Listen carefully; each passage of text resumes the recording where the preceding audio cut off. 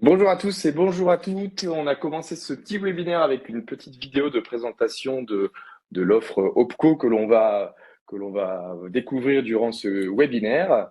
La thématique aujourd'hui de ce webinaire, nous sommes sur la modernisation des CFA avec l'utilisation judicieuse de l'iPad et des outils Microsoft.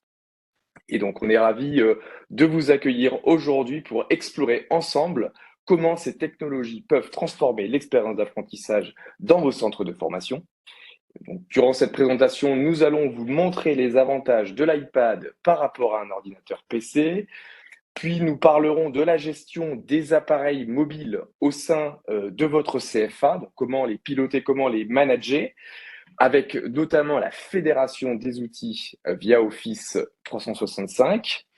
Nous regarderons aussi une petite vidéo sur un retour d'expérience d'un CFA bâtiment situé à Limoges.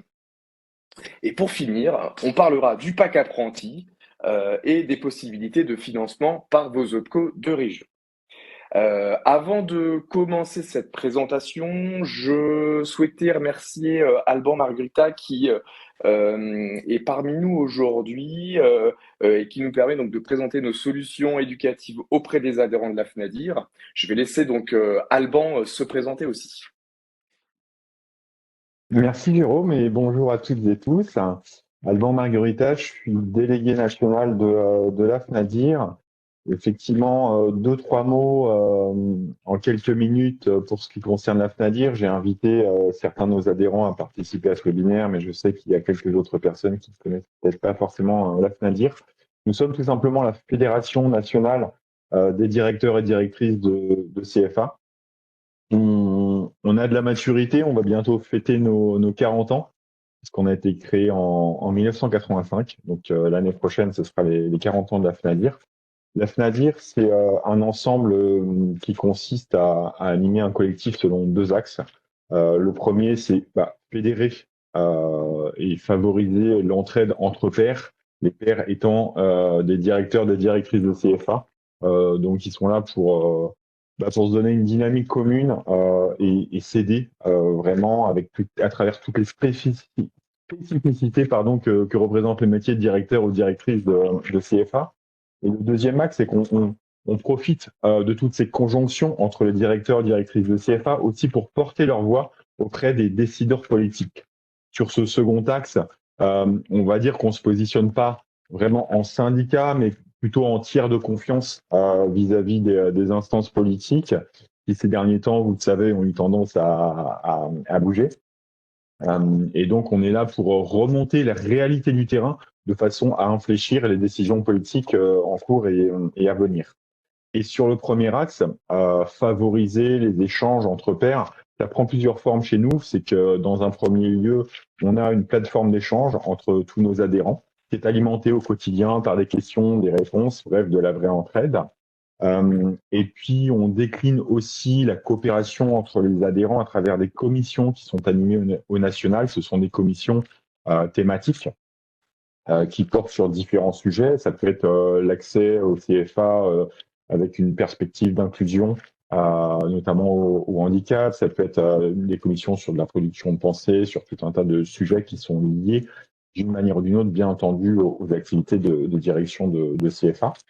Et au-delà de ça, on décline nos rencontres en différents endroits, aussi bien à l'échelon régional, puisque chaque année, il y a sur chaque région 3 à 4 réunions régionales qui sont animées autour de différentes thématiques liées aux préoccupations de nos adhérents. Et puis on a aussi et surtout de gros événements nationaux. La JNIE qui se déroule au mois de juin. Cette année, on va à Bruxelles. Et puis le congrès qui se déroule au mois de décembre, traditionnellement. Cette année, ce sera à Quimper. Et le congrès ou la JNIE, c'est l'occasion à la fois de travailler sur des sujets d'actualité, sur des sujets particuliers, s'agissant toujours de l'environnement des CFA. Et c'est aussi l'occasion de faire découvrir au sein de l'écosystème de l'apprentissage des acteurs qui sont en mesure d'aider, d'accompagner les directeurs et directrices de CFA et leurs équipes dans leur mission. Et à ce titre-là, on embarque chaque année différentes entreprises, et ça a été le cas au congrès d'Orléans avec CSC, qui était présente pour présenter ces solutions à nos adhérents. Et donc, voilà, je laisse la main effectivement à notre partenaire, fortement apprécié, pour présenter comment pouvoir moderniser vos solutions et faire articuler différents environnements au sein de vos CFA. Jérôme et Nicolas, je vous laisse la parole. Je te remercie beaucoup, Alban. En effet, on a participé au congrès de la FNADIR en décembre dernier. C'est vrai que nous avons eu l'occasion d'échanger avec un grand nombre de directeurs et directrices de CFA, ce qui nous amène donc aujourd'hui à proposer donc un webinaire sur la thématique de l'iPad au sein des centres de formation d'apprentissage. Et donc, je vais laisser la main à Nicolas, mon collègue, qui va vous présenter donc rapidement la société CNC. Merci Jérôme. Oui, en effet, je vais vous présenter l'entreprise. Je vais également me présenter. Je suis Nicolas Henry. Je travaille dans l'équipe éducation de l'entreprise CNC. Équipe éducation donc qui est 100% dédiée au projet pédagogique interactif numérique. Alors CNC, nous sommes une entreprise franco-italienne qui existe depuis 2001. Cette entreprise a commencé par des points de vente, des magasins pour les particuliers, mais également maintenant nous disposons d'équipes dédiées au monde de l'entreprise, ce qu'on appelle le B2B vulgairement, mais également au monde de l'éducation. Alors pour vous montrer un petit peu l'étendue et la représentation de CNC en Europe, nous sommes le premier revendeur Apple sur le sol européen.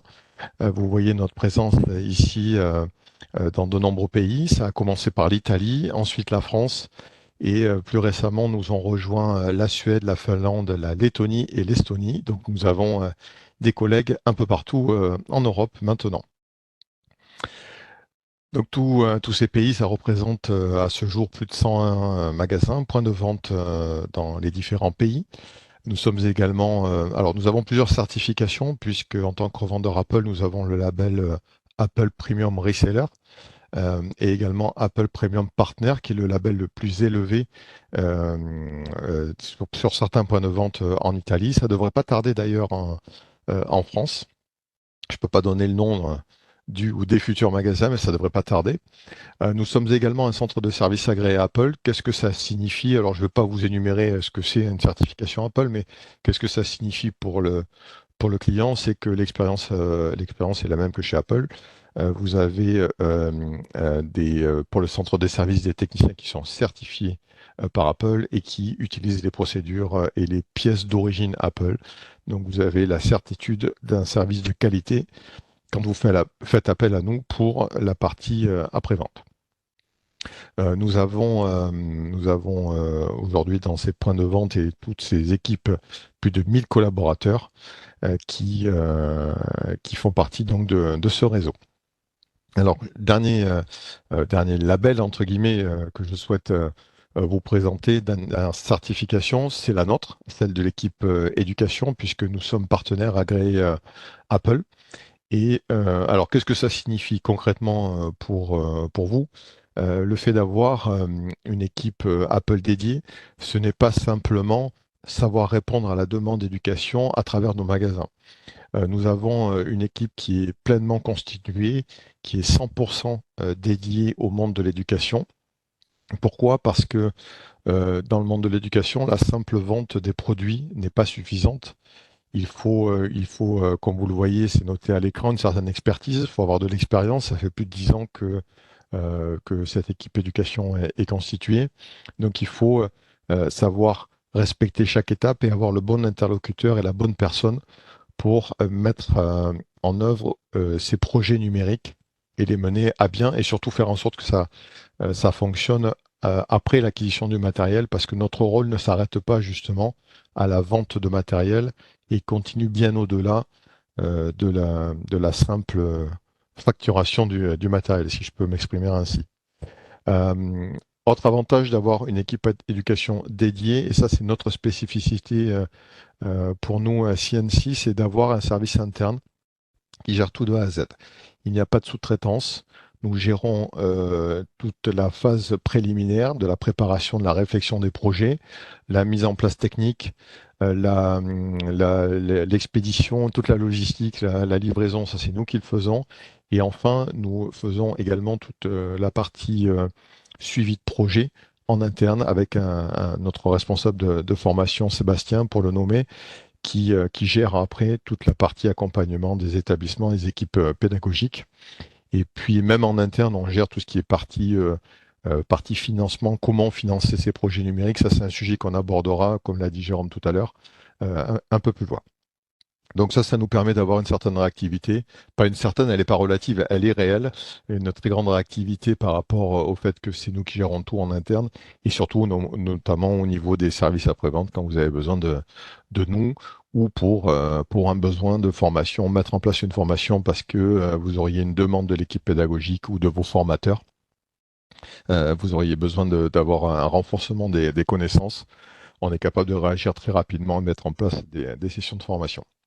Et le suivi de projet, ben voilà, j'en parlais à l'instant. Alors l'accompagnement est très important puisque, comme je vous le disais, chacun a sa spécialité dans l'équipe et tous les intervenants d'un projet numérique, hein, excusez-moi, tous les intervenants d'un projet numérique devront être accompagnés différemment et sur des sujets différents. Et il faudra ensuite faire la synthèse de tout ça pour pouvoir mettre en place un tel projet. Accompagner le directeur, ça va être souvent, ça commence par une simple réflexion autour du numérique. Ça peut être une remontée, par exemple, des formateurs, pardon, ou de l'équipe qui souhaiterait donner quelque chose de plus avec le numérique sur les formations. Donc, accompagner le directeur, c'est voir si la vision du projet correspond, nous, à ce qu'on peut proposer. Il y a également toute la partie, ça va concerner le directeur, mais toute la partie financement, où c'est pas nous qui allons déterminer le budget, mais on va accompagner surtout le modèle économique, puisqu'il existe plusieurs modèles économiques. Alors là, on va vous le présenter, il en existe un spécifique au CFA. Mais dans tous les établissements, que ce soit un collège, lycée ou même une école, publique ou privée, les modèles économiques ne sont pas les mêmes. Et ça, c'est aussi notre force, c'est de pouvoir proposer un modèle qui correspond aux impératifs financiers de chaque établissement. Donc il y a cet accompagnement du directeur autour du modèle économique, autour de la réflexion du projet et aussi de la mise en place avec les équipes. Ensuite, il y aura toujours, ça c'est systématique, un accompagnement avec le responsable technique. Alors, responsable technique ou référent numérique. Dans tous les établissements, nous avons conscience qu'il n'y a pas forcément un responsable technique, un responsable informatique. Certains établissements, et beaucoup d'ailleurs, n'ont pas de service informatique ou font sous-traiter cette partie-là. Et c'est un référent numérique en général qui prend le relais, qui est un petit peu le référent pour tout le référent iPad, entre guillemets. Je parle des établissements que l'on équipe, qui est celui qui est le relais entre nous et le chef d'établissement, par exemple, ou qui est le relais de l'équipe de formateurs. Ils vont vers leurs collègues en leur faisant des remontées, en faisant des demandes par rapport à l'utilisation du numérique. Et c'est lui qui prend en charge cette partie, qui peut également, voire même, on va le présenter ensuite, mais administrer tout ce qui est flotte d'appareils, tout ce qui est réglage, mise à jour, restriction, qui peut être, ce sont des étapes qui peuvent être réalisées par un référent numérique. Il n'y a pas besoin d'avoir justement un responsable technique. C'est aussi l'avantage de la solution que l'on vous propose aujourd'hui. Enfin, il y a l'accompagnement des formateurs, j'en ai un petit peu parlé tout à l'heure. À partir du moment où vous décidez de mettre en place un projet numérique, d'équiper des apprentis, il est important qu'il y ait une formation des formateurs pour qu'ils puissent déjà qu'ils puissent appréhender l'outil, savoir s'en servir, je dirais, l'utilisation classique, hein, les boutons, le fonctionnement du système. Mais ça, je dirais, c'est juste la première phase. Il y a ensuite toute la phase d'accompagnement plutôt pédagogique, puisque une fois qu'on sait se servir du matériel, ce qui comptera, c'est ce qu'on en fera avec. Et donc cette phase d'accompagnement est gérée par notre responsable de formation, qui travaille également avec. Alors c'est pas lui qui fait le tour de la France pour aller former tout le monde. Et, lui, il organise tout ce qui est accompagnement et suivi de projet. Et nous faisons appel à des enseignants en activité qui sont également formateurs certifiés Apple pour accompagner les établissements et les collègues, finalement, collègues enseignants ou formateurs dans un CFA, pour les accompagner, leur montrer, eux, comment ils utilisent au quotidien cet appareil. En général, s'ils sont certifiés, c'est qu'ils ont un usage avancé et un usage depuis plusieurs années de cet outil face à des élèves. Et ça, c'est l'intérêt pour nous, c'est d'avoir des formateurs qui ont des élèves tous les jours en cours avec eux. Parce que la réalité du terrain, c'est ce qui fera toujours la différence. Nous, en tant que spécialistes du matériel, on saura vous montrer comment utiliser le matériel, mais moins la pédagogie, bien évidemment. Donc c'est pour ça que nous faisons appel à des enseignants certifiés Apple. Ensuite, voilà un petit peu les phases dont je vous parlais tout à l'heure. Donc la première phase consiste à essayer de comprendre les besoins de l'équipe pédagogique, c'est-à-dire recenser les remontées, savoir quel est le but précis. C'est pas juste l'équipement, l'achat de matériel.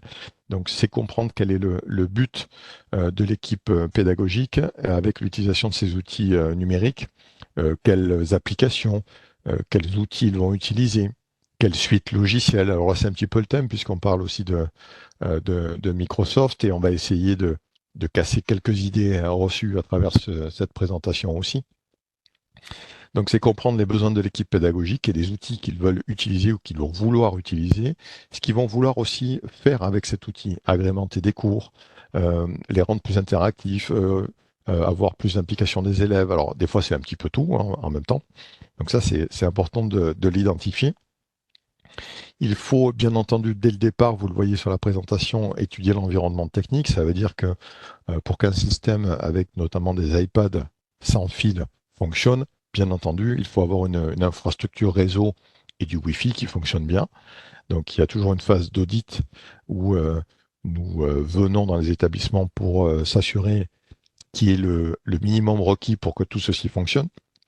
Parce qu'il ne faut pas brûler les étapes. De toute façon, si vous équipez votre établissement et que ce prérequis, notamment au niveau de l'environnement technique, n'est pas là, vous risquez retarder le projet, voire faire avoir un loupé au démarrage. Donc ça, c'est notre rôle aussi de vous conseiller et faire en sorte que le jour où ça démarre, si vous décidez de vous équiper, vous ayez des bonnes conditions.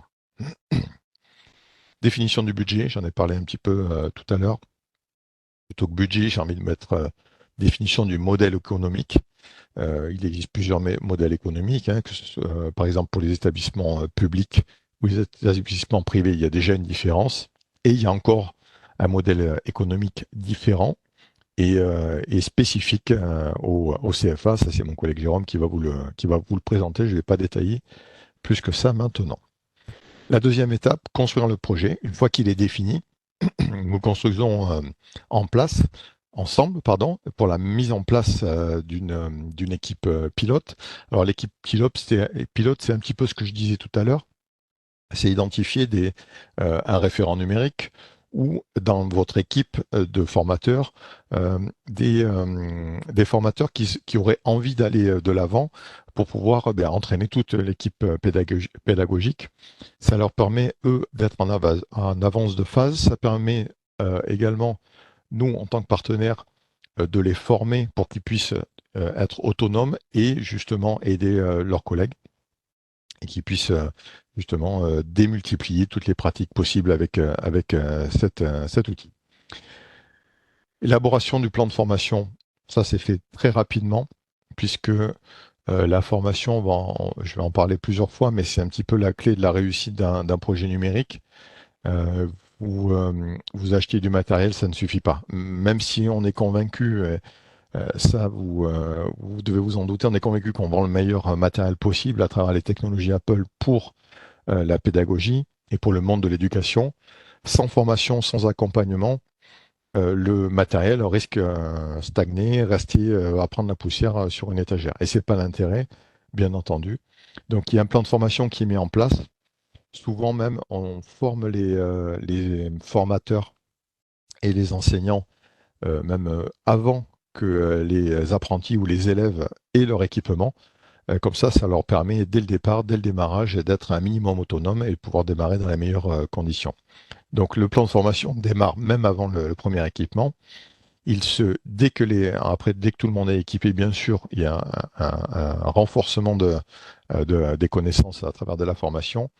Et il y a aussi un plan de formation établi sur la vie du projet.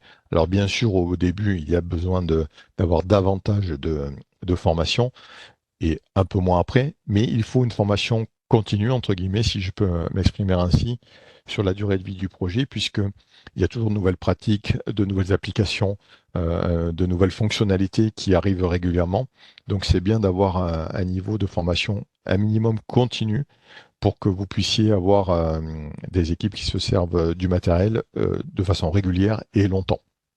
Le but, bien sûr, n'est pas de l'utiliser une fois et puis de le laisser tomber après. Donc c'est pour ça qu'il y a un suivi de formation. La mise en place du rétro-planning, donc pour planifier toutes ces différentes étapes dont je viens de vous parler. Ça, c'est notamment mon collègue Jérôme qui s'occupe de ça. Il pourra en témoigner puisqu'il a mis en place plusieurs projets dans des CFA partout en France. Donc il pourra vous parler davantage de ce rétro-planning et des différentes étapes à mettre en place. Après cette construction, donc analyse des besoins, construction du projet, vous avez le lancement du projet. Donc il y a le déploiement de la solution technique. Donc là, cette fois-ci, ce sont nos techniciens, l'équipe technique qui se charge de proposer, de mettre en place tous les outils qui vont permettre. Alors c'est pas juste sortir un iPad, l'allumer et le mettre dans sa housse, hein. Il y a toute une phase de préparation qui permet, nous, de notre côté, de préparer tout l'environnement technique pour l'établissement et de faire en sorte que l'utilisateur, ça soit du clé en main. Ça soit presque du déballage, il n'y a rien à faire, juste allumer. Donc ça, il y a des phases de préparation, c'est nous qui nous en occupons et on propose toutes ces prestations. Former à la prise en main de l'outil. Alors, les outils, il y a 2 outils qui permettent de gérer une flotte d'appareils, que ce soit des iPads ou des Mac. Et ça, donc il y a 2 possibilités, hein. Soit nous gérons de A à Z, on peut nous demander la prestation de service, de sous-traiter cette partie gestion. Ou ce qui se passe le plus souvent, c'est que l'on organise des formations, cette fois-ci techniques, pour les référents numériques ou chefs d'établissement ou directeurs du service informatique. On fait un transfert de compétences sur l'utilisation des outils qui permettent de gérer la flotte d'appareils. Alors, c'est des outils qui sont avec la philosophie Apple, hein, donc très simple, des interfaces agréables et faciles à utiliser. Donc, il n'y a pas besoin non plus d'avoir énormément de formation là-dessus. Pour schématiser, une demi-journée peut vous permettre de vous rendre autonome sur toute l'administration d'un parc informatique, que vous ayez 10 iPads ou 1000, hein, c'est la même chose. Ensuite, dernière phase de l'accompagnement, donc assurer une veille technique. Ça, c'est un petit peu en lien avec ce que je disais. Vous avez donc la possibilité soit de nous déléguer la partie technique, donc c'est nous qui faisons toute cette veille technique, soit vous la gérez vous-même et puis nous, par petites touches régulièrement, on vous donnera des compléments d'informations sur les évolutions, les, euh, les évolutions de fonctionnalités, de systèmes ou les choses qui sont possibles, qui ne l'étaient pas avant, qui le sont maintenant. Donc il y a toute cette partie.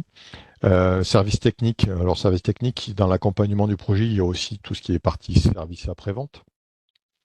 Alors je parlerai volontairement pas trop de panne puisque c'est assez marginal.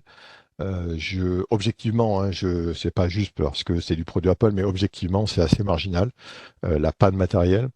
Ce qui arrive un peu plus régulièrement, mais qui reste quand même marginal parce que c'est costaud, et puis on protège bien les appareils, c'est la casse, ça peut arriver. Donc, à nous de répondre en termes de service après-vente très rapidement, parce qu'on ne peut pas laisser un apprenti ou un élève trop longtemps sans son matériel pédagogique. Concrètement, lorsque vous nous confiez un iPad, nous, le but, c'est de pouvoir vous l'échanger sous 48 heures et qu'il soit rapidement renvoyé pour que l'apprenti puisse reprendre ses cours et avoir l'outil dont il a besoin. Et sur la partie accompagnement de projet, donc ça, justement pour ces fameuses casses, on proposera aussi tout ce qui est partie assurance, casse, également le vol, ça existe, on peut vous le proposer. Encore une fois, voilà, c'est des choses que nous avons, que l'on ne propose pas à tout le monde, puisqu'on s'adapte, on fait du sur-mesure en quelque sorte, hein. On s'adapte sur les besoins existants. Et suivi de formation, ben, je l'ai déjà dit, assurer la formation continue après le lancement du projet. Alors, l'accompagnement pédagogique. Dans l'écran ligne, pour vous expliquer comment ça fonctionne. C'est sous forme d'entonnoir en général. Ce qui est fait, c'est qu'il y a la formation matérielle, la première formation pour savoir utiliser le matériel. Alors ça, en général, ça va très vite, hein. On a la chance de proposer des produits intuitifs et que beaucoup de monde connaît de façon personnelle, hein, par l'utilisation des iPads, des iPhones. Si vous avez un iPhone, ben, vous savez utiliser un iPad, ça fonctionne de la même façon. C'est la taille d'écran qui est différente. Donc en général, il y a la formation sur l'utilisation de l'appareil. Et très rapidement, ensuite, ça enchaîne la formation pédagogique. Donc de façon générale, on commence par des formations en entonnoir. On commence très large sur la pédagogie de façon générale, multidisciplinaire, jusqu'à s'adapter après sur de la formation un peu plus spécifique, sur des besoins exprimés plus spécifiquement. Alors là, ça vous concerne moins en CFA, mais dans un collège ou lycée, on peut par exemple faire des pôles scientifiques, des pôles littéraires pour adapter le contenu avec des formateurs qui connaîtraient mieux cet environnement. Et puis après, on peut aller jusqu'à de la formation personnalisée, voire même faire des sessions de formation en tête-à-tête pour des besoins spécifiques. C'est quelque chose que l'on sait faire également, puisque chaque formateur, et c'est les spécificités du CFA, par rapport à vos spécialités respectives, chaque formateur n'a pas le même besoin. Donc on peut s'adapter jusque-là. Ensuite, l'accompagnement numérique et technique, bon, je l'ai un petit peu dit tout à l'heure. On vous accompagne sur l'utilisation des plateformes qui permettent de gérer ces appareils. Vous le voyez là à l'écran, alors là, il y a 3 captures d'écran, mais en fait, il existe 2 plateformes qui sont une fournie par Apple et une autre qui est une plateforme qui permet de gérer les appareils, que j'en ai 10, 1000 ou 2000 ou même plus. Je ne sais pas s'il y a vraiment une limite, mais ça permet de gérer ça de façon rapide et facile. Et j'insiste sur ce point par des gens qui ne sont pas forcément des techniciens informatiques. Là, je vais laisser la parole. J'ai beaucoup parlé, je vais laisser la parole à Jérôme qui va vous expliquer pourquoi intégrer le numérique dans un CFA. Et il parle d'expérience puisqu'il en a mis en place quelques-uns des projets numériques. Je te laisse la parole, Jérôme. Merci Nicolas. Donc vous l'avez compris, l'accompagnement, c'est vraiment le fort de notre société et notre savoir-faire.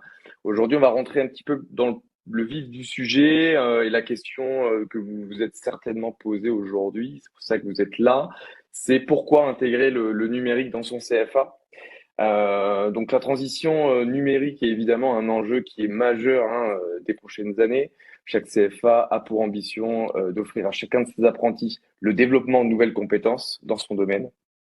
Aujourd'hui, difficile de nier que ces apprentis, que le numérique n'a pas transformé notre mode de vie. notamment avec le télétravail, les réseaux sociaux, les objets connectés.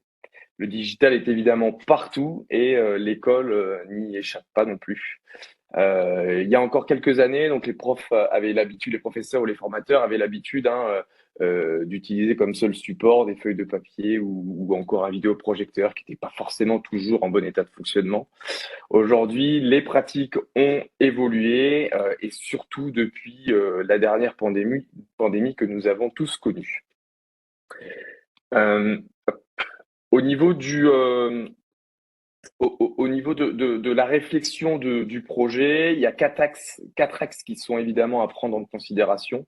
L'axe pédagogique, qui va être comment faciliter l'apprentissage et la montée en compétences des apprentis. L'axe ressources humaines, comment accompagner la montée en compétences de vos collaborateurs au sein du CFA. Il y a évidemment l'axe économique qui est un axe majeur, c'est comment répondre aux besoins exprimés de vos entreprises, comment se distinguer aussi sur le marché par rapport à d'autres CFA et comment adapter le projet aux contraintes économiques. Le dernier axe qui est aussi important pour les CFA, c'est comment répondre aux orientations de la région et aux évolutions de la réglementation. Alors, on a fait il y a eu un petit sondage qui a été réalisé dans l'intégralité des CFA aujourd'hui en France. 90% des CFA utilisent un ou plusieurs outils numériques pour la formation de leurs apprentis, notamment, alors soit par l'utilisation de salles ordinateurs dans les CFA, mais de plus en plus de CFA aussi s'équipent de licences Microsoft Office 365, soit pour les formateurs, mais aussi parfois pour les apprentis. Et de plus en plus aussi des outils de liaison et de suivi des apprentis, notamment le logiciel NetIpareo qui est fortement utilisé dans vos usages. Donc on vous a recensé sur la slide que vous voyez à l'écran quelques avantages du numérique dans les CFA, donc développer évidemment la formation à distance, favoriser la réussite de tous les apprentis, maintenir le lien avec les apprentis en entreprise, développer la créativité des jeunes et rendre l'apprentissage accessible à tous avec l'iPad. Donc, on va découvrir ensemble pourquoi utiliser l'iPad, quels vont être les avantages de l'iPad par rapport au PC. Donc, on peut commencer par dire que en utilisant les iPads dans la formation professionnelle, vos apprentis vont acquérir de nouvelles compétences numériques qui vont être essentielles et qui sont de plus en plus demandées sur le marché du travail moderne. Cela les prépare davantage à réussir dans des environnements professionnels qui sont de plus en plus numérisés et technologiquement avancés, si je peux le dire comme ça. Alors, je vous ai recensé à l'image quelques fonctionnalités essentielles de l'iPad, notamment, donc le premier point, c'est l'accessibilité. L'iPad va intégrer de nombreux outils d'accessibilité qui va rendre l'apprentissage beaucoup plus accessible aux personnes ayant des besoins spécifiques ou des handicaps. On va retrouver notamment la synthèse vocale, ou encore les commandes gestuelles ou l'agrandissement de l'écran. Alors, il y a évidemment de nombreuses possibilités en fonction du type de handicap. Je vous inviterai à aller voir notre lien YouTube où nous avons fait un webinaire vraiment dédié à l'accessibilité avec l'iPad et où vous pourrez retrouver de nombreuses fonctionnalités. Alors, la fiabilité du système d'exploitation, Nicolas en parlait tout à l'heure, mais l'avantage d'Apple, c'est qu'aujourd'hui, Apple fabrique son propre système d'exploitation avec son propre matériel, ce qui fait qu'on a une fiabilité beaucoup plus importante que sur d'autres systèmes actuellement, et c'est un gage de qualité, notamment dans le cadre de l'éducation. On va retrouver la confidentialité RGPD. Évidemment, Apple est aux normes avec toutes ces demandes spécifiques européennes sur la confidentialité, notamment des utilisateurs. L'iPad va intégrer vraiment un couteau suisse multimédia. On va y retrouver un écran tactile de 10,2 pouces avec une caméra à l'arrière, une caméra à l'avant, un micro, des haut-parleurs, ce qui va permettre vraiment de laisser libre en termes de créativité, à la fois pour les formateurs et pour les apprentis. Et le dernier point, c'est un point écologique qui nous paraît aujourd'hui essentiel. Alors, il y a deux aspects dans l'écologie. C'est premièrement, l'iPad est conçu avec beaucoup de matériaux recyclés, hein. On va retrouver la boîte qui est 100% fabriquée avec des matériaux recyclés. L'arrière de la tablette aussi est utilisé avec des métaux qui ont été à 100% recyclés. Et on va retrouver l'autre aspect qui est important aussi pour vous, c'est la réduction de la consommation de papier et des coûts associés. Lorsque vous intégrez un projet iPad dans votre CFA, l'idée, c'est de réduire la nécessité d'imprimer des documents ou distribuer du matériel pédagogique sur support papier.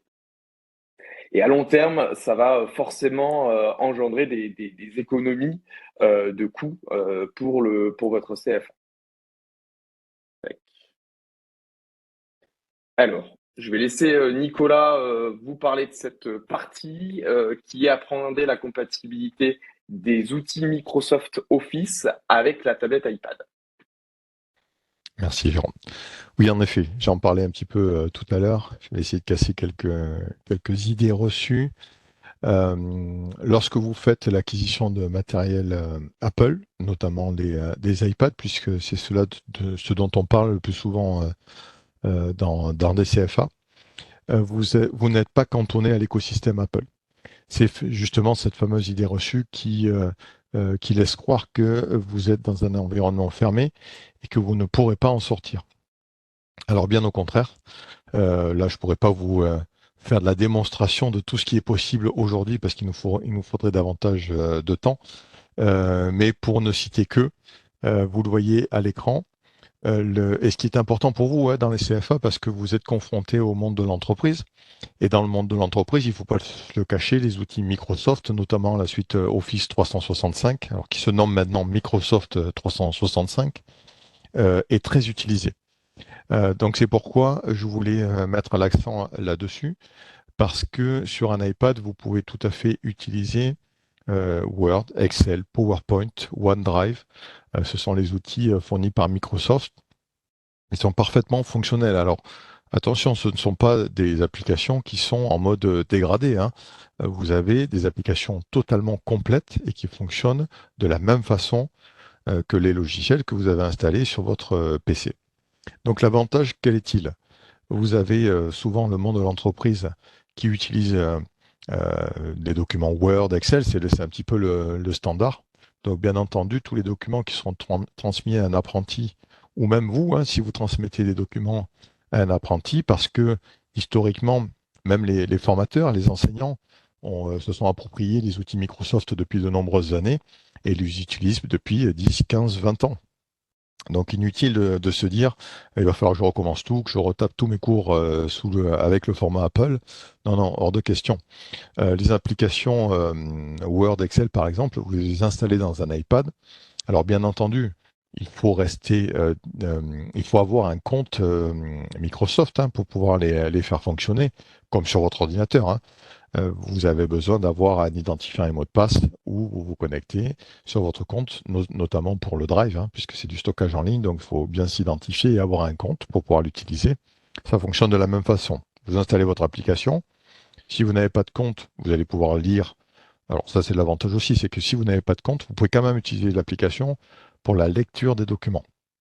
En revanche, si vous voulez créer un nouveau document ou modifier un document existant, là, il faudra vous connecter avec votre compte. Donc, je vous donne l'exemple tout simple. Beaucoup de formateurs auront travaillé leur cours avec leur PC et enregistrent ça dans OneDrive, qui est donc le cloud de Microsoft.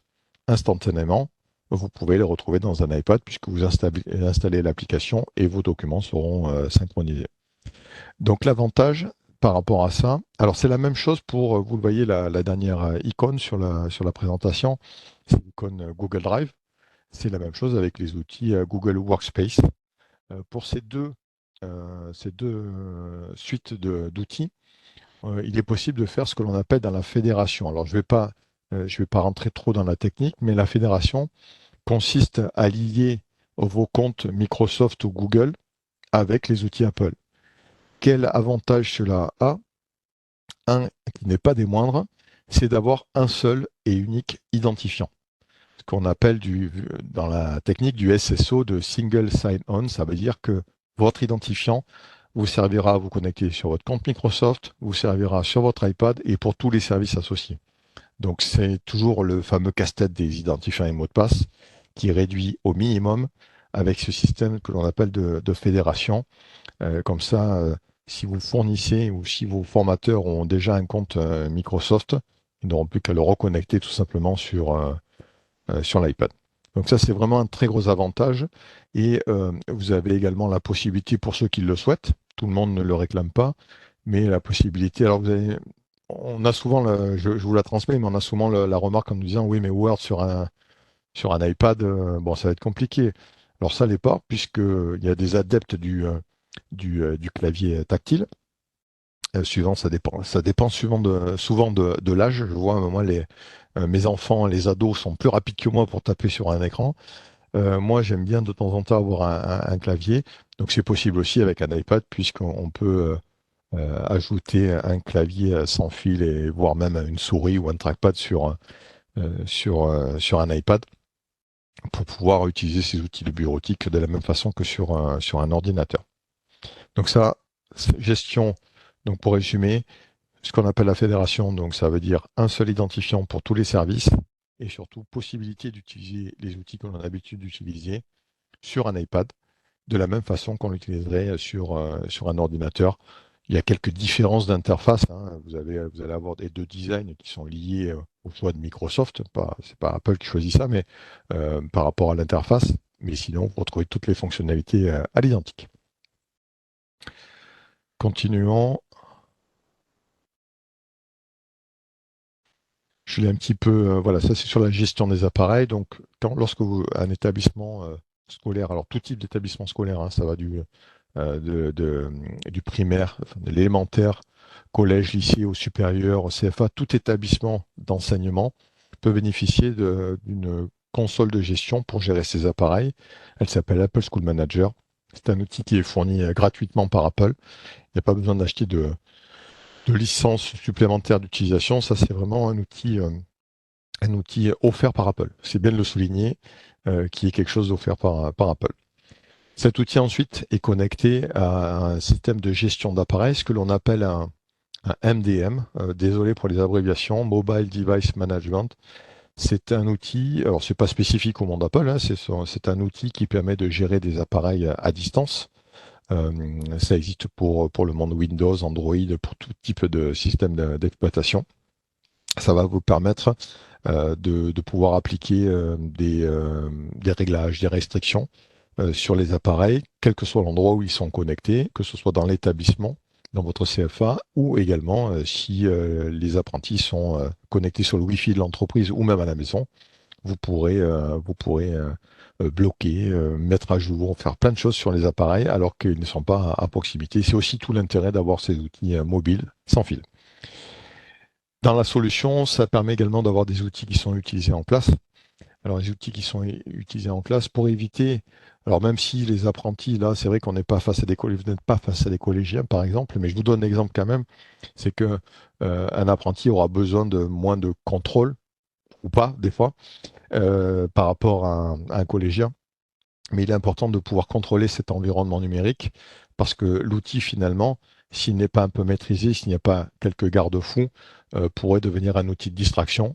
Donc, Apple et la solution de gestion fournissent des outils à l'enseignant pour pouvoir contrôler l'activité des iPads pendant que vous êtes en cours avec les apprentis. Vous allez pouvoir notamment, je vous donne quelques exemples, hein, tout simplement bloquer les iPads. Vous allez pouvoir envoyer des documents sur tous les iPads d'un coup. Vous allez pouvoir restreindre l'utilisation d'une application qui n'en sorte pas pour pas qu'ils utilisent autre chose que ce que vous avez demandé pendant le cours.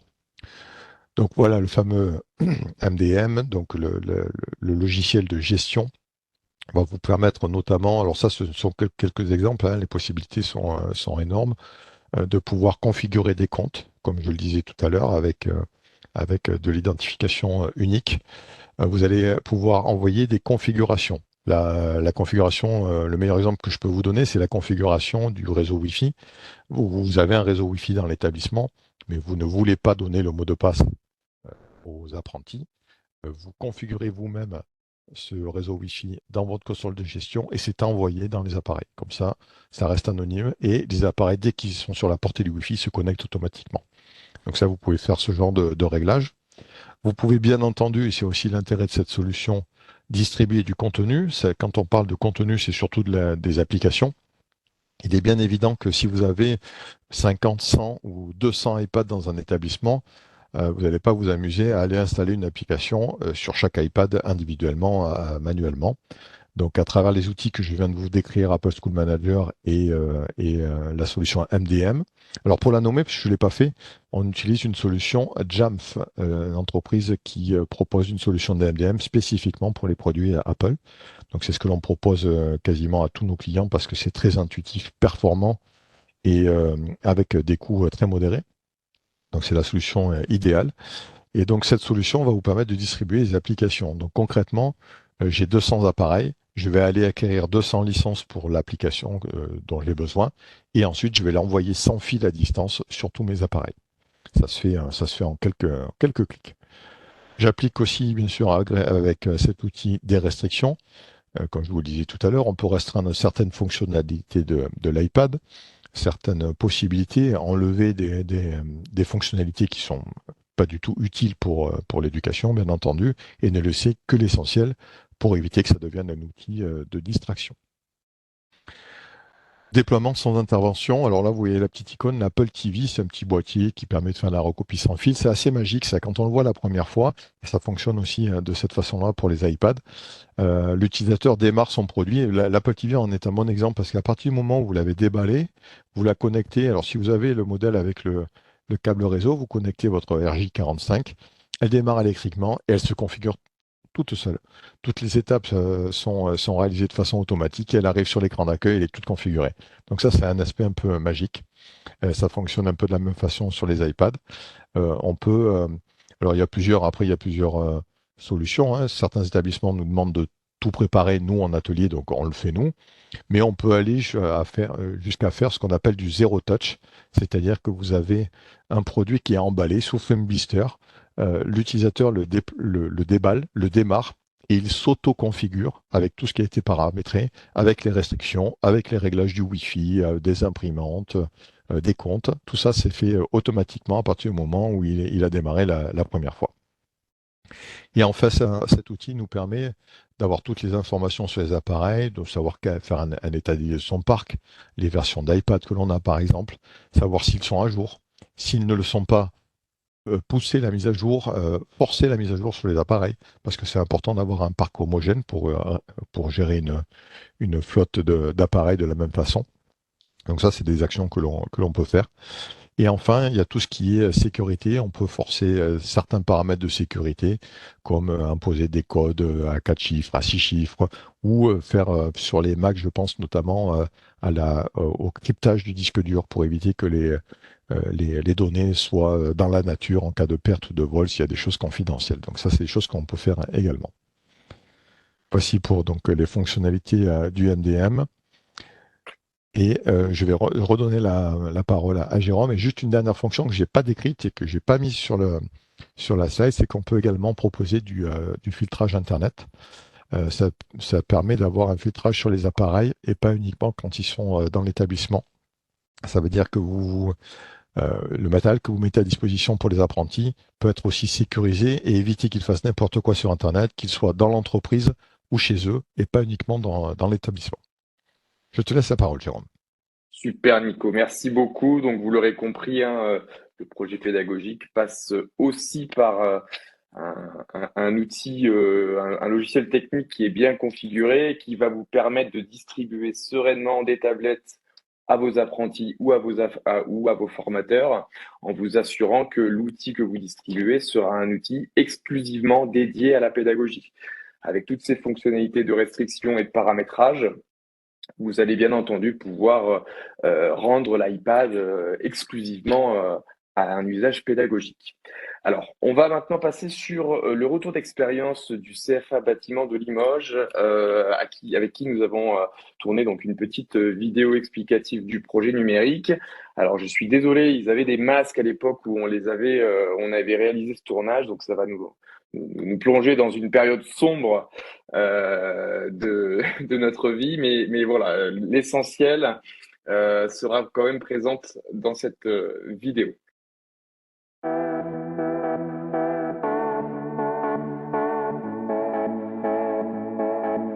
Thierry Bisson, adjoint de direction, chargé de la pédagogie au sein de l'établissement. Benjamin Fournon, je suis formateur au CFA Bâtiment Limoges. Je suis donc formateur de technologie et d'études des constructions en maçonnerie. Alors je suis la formatrice en peinture et en sol au CFA Bâtiment de Limoges. J'enseigne tout ce qui est titre pro et CAP. Alors, le projet numérique était déjà bien en place depuis un certain nombre d'années. Maintenant, ce qui a accéléré le projet ou ce qui a mis un bon coup de fouet au projet, c'est le fait de passer notre livret d'apprentissage en tout numérique.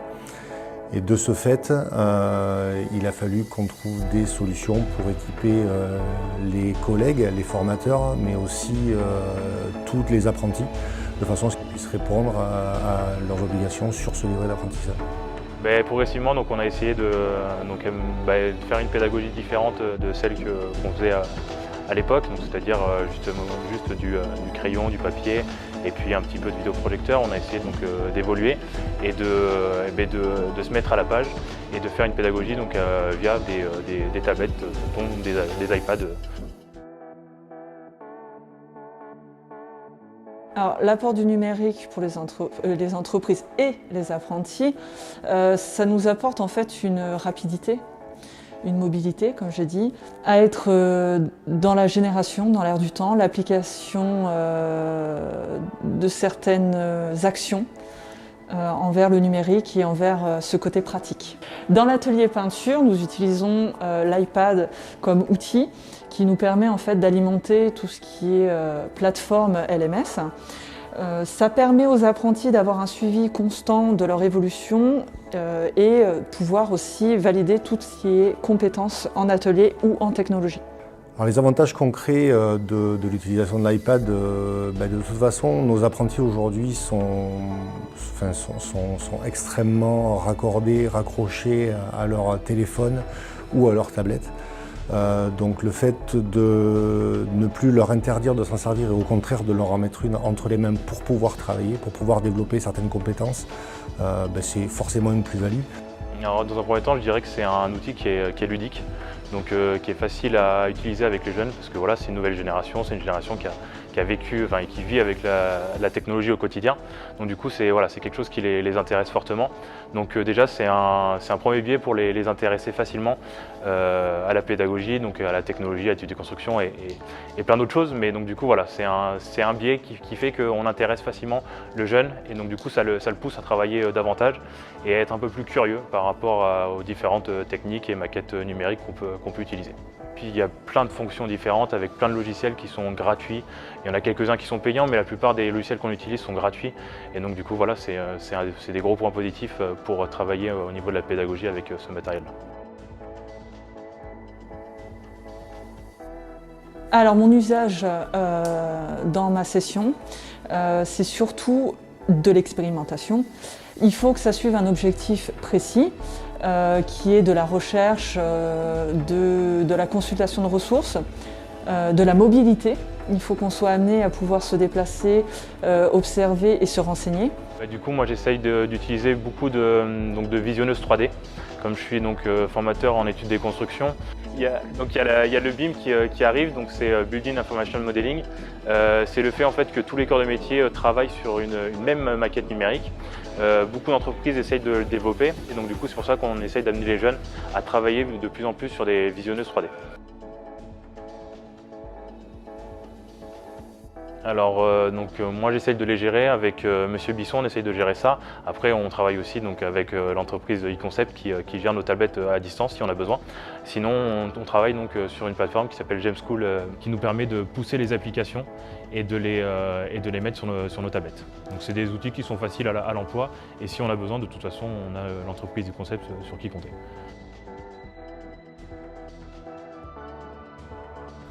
Alors on a mis en place avec la collaboration d'eConcept 2 demi-journées de formation, formation découverte sur la prise en main et sur l'utilisation de l'iPad, où des formateurs d'eConcept sont venus rencontrer nos formateurs et répondre à certaines interrogations. Donc voilà, là encore une fois un partenariat très efficace. Nous avons suivi des formations pour pouvoir utiliser le plus simplement les tablettes iPad. Et nous avons un accompagnement fréquent pour pouvoir intégrer de nouvelles applications ou de nouvelles activités sur ces tablettes. Donc si je devais faire un bilan aujourd'hui de la situation, alors on a fait un grand pas en avant depuis 1 an et demi sur notre fonctionnement global. Si on avait la possibilité d'équiper tous nos jeunes d'une tablette, ça serait avec grand plaisir que je le ferais. Aujourd'hui, c'est vraiment un atout, c'est vraiment un outil à tout point de vue. En termes de, enfin, c'est une banque de données qui est inépuisable, donc on peut faire énormément de choses avec. Et oui, si j'avais un souhait aujourd'hui, ça serait vraiment d'équiper chaque apprenti d'une tablette comme ça.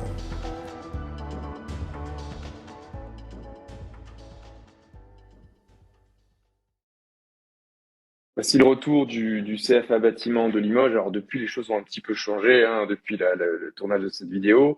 Je vous ai fait un petit récapitulatif rapide du projet. Donc ils ont débuté le projet en 2018 avec au départ un souhait d'équiper seulement une classe pilote de tablettes. Donc ils avaient équipé évidemment l'ensemble des formateurs, puis une classe pilote d'apprentis.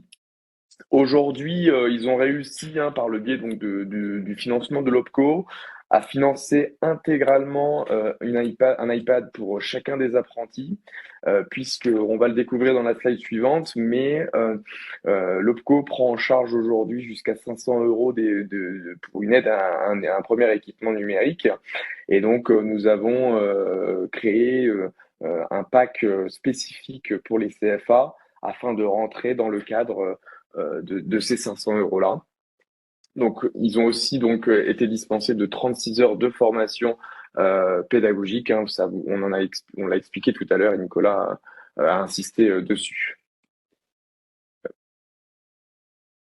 Donc, le fameux pack apprenti, qu'est-ce que c'est? Aujourd'hui, le pack apprenti est composé donc du tablette iPad, d'une housse de protection qui peut être adaptée en fonction du secteur d'activité que vous allez que vous allez enseigner. Évidemment, dans un CFA bâtiment, on va avoir tendance à avoir une protection plus importante que un CFA petite enfance, par exemple, ou de commerce.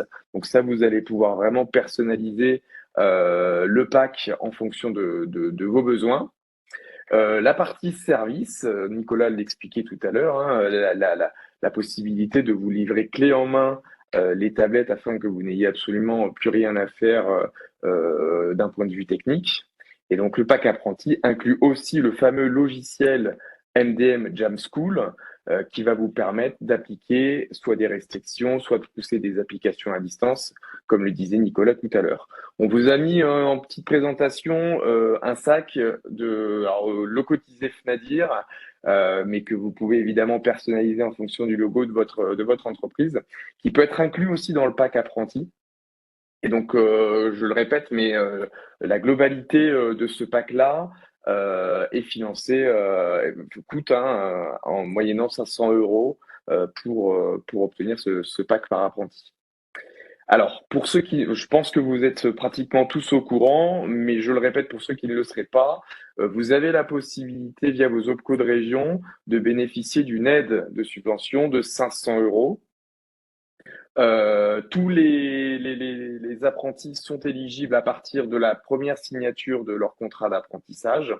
Et cet iPad, ce pack apprenti, vous avez la possibilité soit en fin de contrat de conserver le matériel, soit l'apprenti peut éventuellement garder son matériel pour soit des études complémentaires, soit lorsqu'il va rentrer dans le cadre du travail. Il va pouvoir conserver son matériel jusqu'à la fin de sa durée de vie.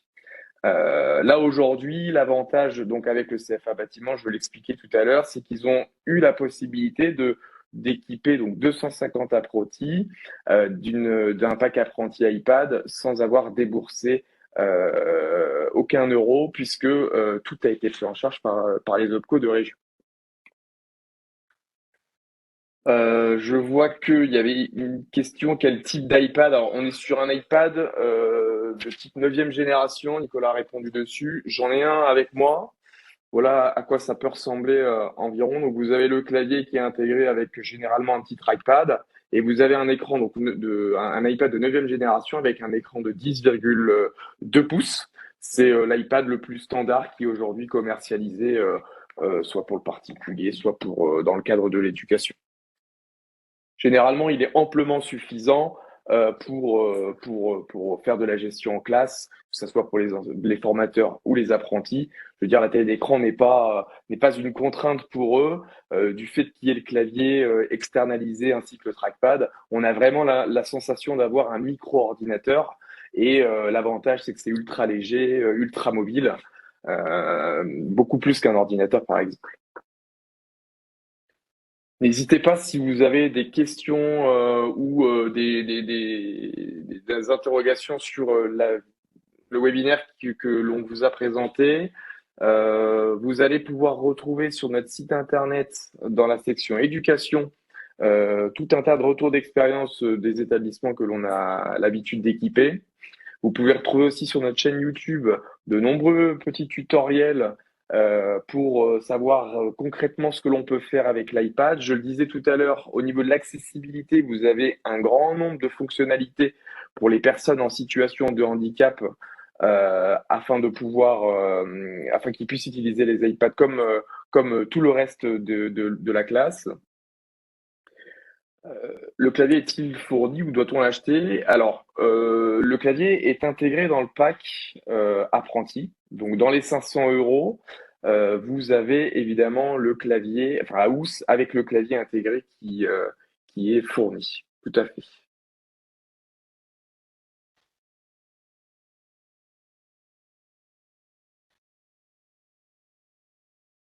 On a des personnes qui nous disent qu'elles doivent nous laisser. Merci pour votre présence. Et puis, alors je vais vous mettre un dernier lien dans le chat qui va vous permettre de retrouver. C'est une petite web application, web app maison que l'on a développée qui va vous permettre de retrouver également tout ce que l'on propose, les replays de webinaires que l'on organise, également du contenu pédagogique, des conseils par rapport au numérique. Alors, on en a une autre question. Les restrictions s'annulent s'il sort de sa formation, conserve-t-il le matériel? Deux questions. Est-ce que les restrictions s'annulent s'il sort de sa formation? Alors, pendant la durée de sa formation, l'iPad est paramétré pour être bloqué ou pour avoir certaines fonctionnalités. Et une fois que l'apprenti termine sa formation, le matériel peut être libéré, entre guillemets, et redevenir un appareil classique avec toutes les fonctionnalités que l'on trouverait sur un iPad que l'on achèterait dans le commerce. Donc effectivement, tout peut s'annuler. Conserve-t-il le matériel? Je te laisse répondre, Jérôme. Vous avez le choix, via les OPCO, vous avez le choix soit de conserver l'établissement conserve le matériel, soit vous le laissez à l'apprenti. L'avantage de le laisser à l'apprenti, c'est que vous avez un renouvellement régulier de votre parc avec des iPads qui sont toujours d'actualité. Ça fait aussi plaisir à vos apprentis à la fin de leur formation, s'ils obtiennent éventuellement le diplôme, de repartir avec leurs outils numériques, puisqu'ils sont généralement friands des outils Apple pour la plupart des jeunes aujourd'hui. Et donc ça fait aussi un petit matériel qu'ils conservent après leurs études. Donc c'est à vous de faire ce choix-là, de savoir si vous conservez ou si les apprentis conservent le matériel à la fin de la scolarité. J'espère que ça répond à votre question, Sylvie. On a encore quelques instants si vous voulez nous poser d'autres questions. On vous a mis une petite adresse email educ@cec.com si vous souhaitez que l'on échange, soit en faisant une visioconférence, soit en rendez-vous directement dans votre CFA, que vous souhaitiez avoir peut-être une tarification pour équiper vos apprentis. N'hésitez pas à nous consulter sur cette adresse email-là et on reviendra plus rapidement vers vous. Bon, on est également remercié dans le chat. Merci à vous, surtout de votre présence. Et nous vous proposerons rapidement le replay également de ce webinaire si vous avez manqué certaines parties ou si vous voulez en savoir un peu plus. Bon, pas d'autres questions pour le moment. Alors, le délai, nous demande-t-on. Le délai pour l'obtention du matériel, pour le replay? Quel délai? Pour l'obtention du matériel, je pense. La première. Alors, Pour le financement OPCO, certainement, ouais.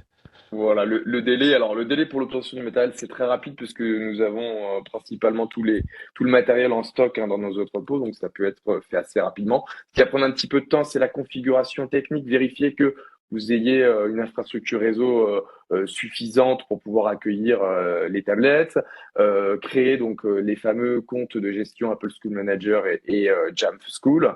Il faut laisser le temps aussi de vous former sur ces outils-là. Généralement, ça prend une quinzaine de jours, l'intégralité de ces actions. Et par la suite, une fois que vous faites votre demande, une fois que vous signez un contrat d'apprentissage, vous faites votre demande de subvention auprès de l'OPCO. Et généralement, c'est assez rapide. Donc, en 3 semaines, 1 mois, vous avez la possibilité d'équiper vos apprentis d'un outil numérique, si vous le souhaitez. Bon, merci Jérôme. Merci à toi, Nico. Merci à vous pour votre participation. Merci à la FNADIR qui nous a permis aussi de rendre plus de visibilité à ce webinaire aujourd'hui. Merci également à Alban qui a dû nous quitter parce qu'il avait une autre réunion à 14h. Mais il le verra, j'espère, sur le replay. Bon, pas d'autres questions. Bonne journée à tous. Bonne journée. À bientôt. Au revoir.